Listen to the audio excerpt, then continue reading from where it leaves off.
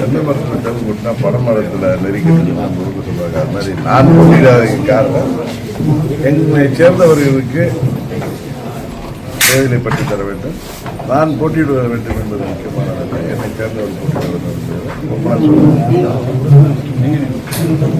அண்ணாமலை அவர்களும் அவருடைய கருத்தை அடிப்படையாக சொல்லியிருக்காரு. அதனால அவர் போட்டியிடாதது அவர் தமிழ்நாடு முழுவதும் என்டிஏ கூட்டணிக்காக பிரச்சாரத்துக்கு செல்வது என்று நேற்று கூட சொன்னார். என்னிடம் 15 நாளுக்கு முன்பு கூட அதை சொன்னார்.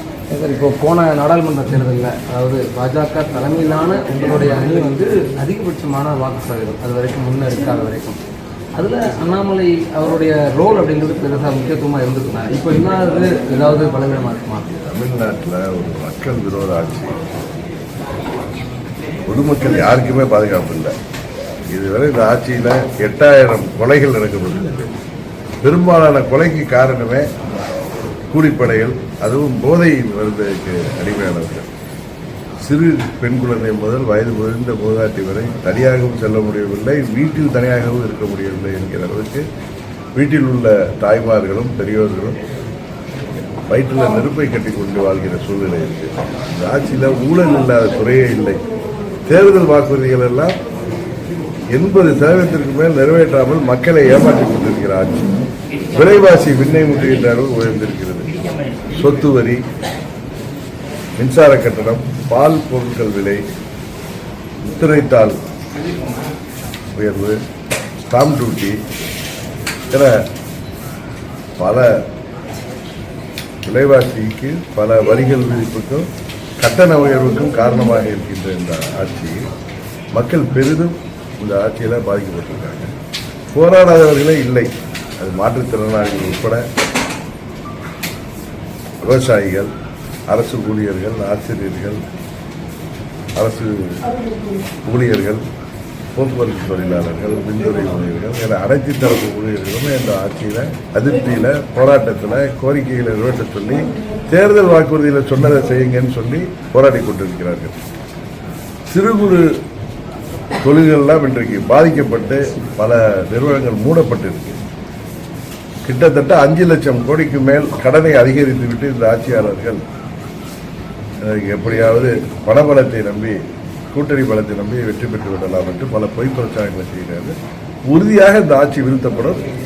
அதற்கு என்டிஏ கூட்டணி மிகவும் ஒற்றுமையாக செயல்பட்டு வருகிறது. உறுதியாக மீண்டும் தமிழ்நாட்டில் அம்மாவின் ஆட்சி, அதிமுக தலைமையில் என்டிஏ கூட்டணியின் ஆட்சியாக உருவாகும். கூட்டணி பலங்கிறது தேர்தல் அரசியலில் அது ஒரு ரொம்ப முக்கியம். அதான் சார் பிரதானமே. அப்போது அந்த கெமிஸ்ட்ரிங்கிறது அங்கே ஒர்க் ஆகுது. திமுக அலையன்ஸில் நம்ம அலையன்ஸில் ஒர்க் ஆகுதா? அதே அளவுக்கு ஒர்க் ஆகுதா?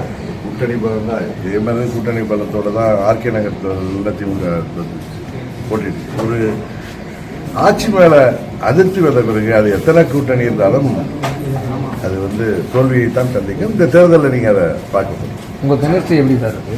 எந்த உங்கள் கூட்டணியோட கெமிஸ்ட்ரி நல்லா தான் போயிட்டு இருக்கு. அது ஒன்றும் பிரச்சனை இல்லை.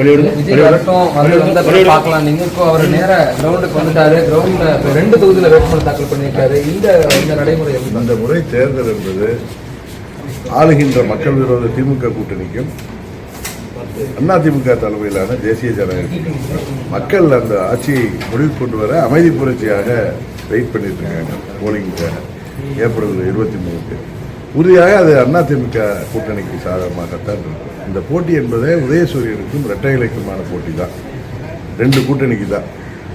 அதனால ஆளுங்கட்சி மேல உள்ள மிக கடுமையான அதிருப்தி வெளியில் காட்டாமல் மக்கள் வைத்திருக்கிறார்கள். ஏன்னா திமுக எப்பொழுதுமே சட்டத்தை கையில் எடுப்பவர்கள், பொதுமக்கள் அமைதியாக இருந்து தங்கள் முடிவை தெரிவிக்கப் போகிறார்கள். அதனால் மற்ற கட்சிகள் எங்களுக்கு போட்டியாக இருக்க மாட்டார்கள்.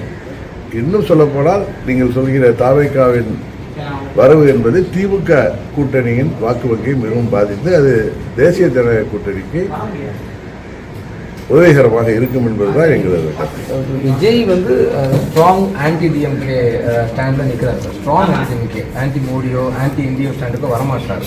அப்போது அது எப்படி அவர் அதிமுக கூட்டணியை கொஞ்சம் குறைச்சி மதிப்பிடுறது மாதிரியே நீங்களும் அவரை குறைச்சி மதிப்பிடுறீங்க? குறைச்சி மதிப்பு இல்லை, அவர் அவருடைய இதை வைக்கிறார். நாங்களும் திமுகவுக்கும் ஆளுங்கட்சியை தானே சொல்றாரு அவரே. அதனால திமுகவும் எங்களுக்கு போட்டிக்கிறார். அவ்வளோதான். அது எங்களுக்கு உதவிகரமாக இருக்கு.